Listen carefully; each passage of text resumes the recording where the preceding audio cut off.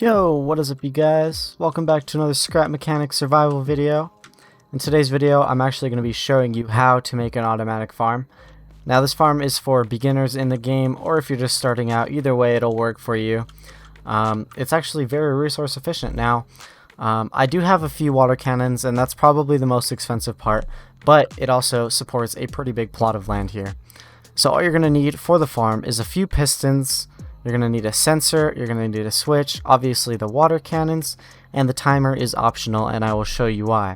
So first things first, I'm going to show you how to make the automatic watering system here on this pillar, and I'm going to use this one to show you why the timer may be optional. Also, in case it wasn't obvious, you are definitely going to need some water containers filled with water because it is going to take a lot of water to do an automatic watering system.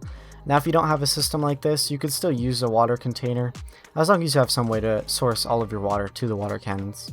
Now with this here, all you need is a water pump, you need a switch, and you need to connect them together. If you use the switch, it'll pump water straight to your chest, and this works out perfect for me.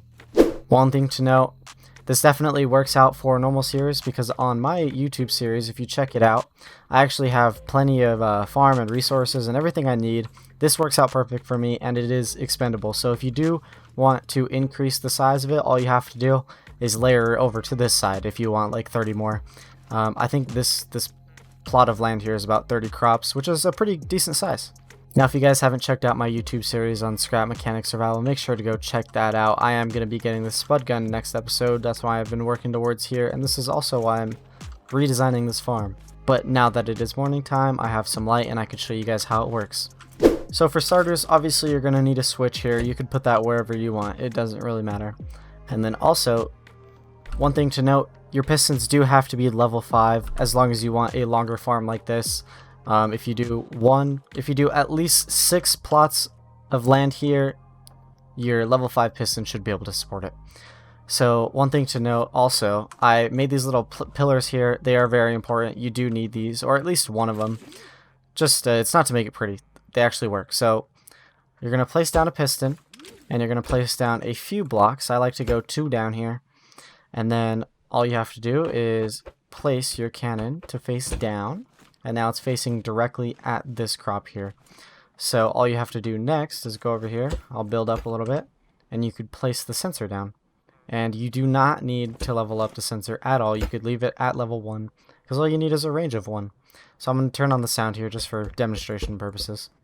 So next thing, since when you press this switch, you're going to want these pistons to extend over. So obviously you're going to connect the button to the piston. So now when you push this, if you extend this all the way out, it'll push all the way out. Now the speed of it doesn't really matter, that's your choice. I'll increase it here. And then you could pull it straight back. So now that little system is out of the way. Now we just get the water to shoot. So it's actually really easy. All you have to do is connect this sensor to the water cannon, and then obviously you're going to need a water container to connect to your water cannon as well. So now obviously it's not going to shoot if you press this button, but to make it shoot, you're actually going to use this sensor. So now all you have to do is place little blocks around. I'm going to put one here. So now, for example, if I press this button, I'll leave it on the slowest just so you guys can see better. If I press this button, the sensor is going to get pushed by the piston under this. And since it only has a range of 1, it's going to trigger. And since we connected the sensor to the water cannon, it will actually shoot water. So I'll just show you that quickly. So as you can see, as it passed over it, it made a little sound and it shot down. So now all you have to do is along the plots of land, you just have to place blocks. So right here, if you go up, I like to go one little before, because unless you have the water cannon directly under the sensor, obviously your water cannon is going to be in front of it. So typically if you have the plots of land as close as possible together, it should be around 2 blocks each. So I'll just show you this working here.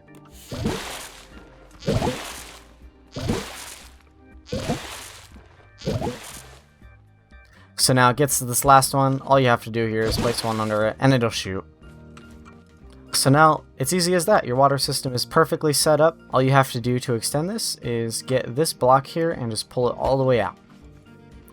You don't even need more sensors. You could line up your water cannons, which I will just show you quickly. So now you just go above your crop of land and place it down.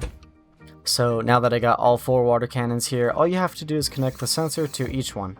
So once you got all of your water cannons connected up to the sensor, up to your water container, if you press this button, it'll go along and water all of your crops.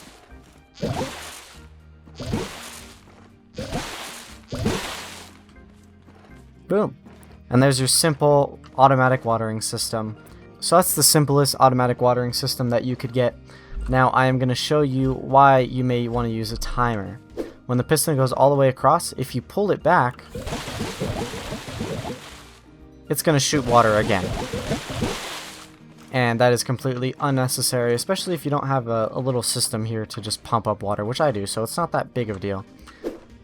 So all you're going to have to do to incorporate the timer, you could place it anywhere you'd like, and just go place a piston right above to where the sensors would normally be. After you've placed the piston, all you have to do is make the exact same little bar as you had it before, obviously with the sensor above. So the best way to incorporate the timer is you should send your water cannons all the way to the end. There may be an easier way to do it, but I found this to be the easiest. So if you power your switch up to the timer, you set the timer to maybe 1 or 2 seconds. It really does not have to be that long. And then the timer straight up to the cannon here. So now it looks like 2 seconds is perfect. So if you press the switch here, it'll go all the way across and then go up. And then the same thing. If you let go of the switch, it'll come all the way across and go back down. But anyways, that's going to be it for today's video. I really hope you guys enjoyed it. If you want to see more, make sure to hit that subscribe button. I am releasing an entire series on this game. So if you guys haven't seen that already, make sure to go check it out. Next episode, I don't know if I mentioned, I'm already going to be going and I'm going to get the spud gun. This farm here with the automatic watering system had led me to getting plenty of resources. So it's actually a farm I use myself. So I think it's a really good farm, and I really hope you guys enjoyed it. But anyways, if you enjoyed the video, make sure to leave a like and comment down below. Let me know how the farm works for you. And I'll see you guys next time. Bye-bye.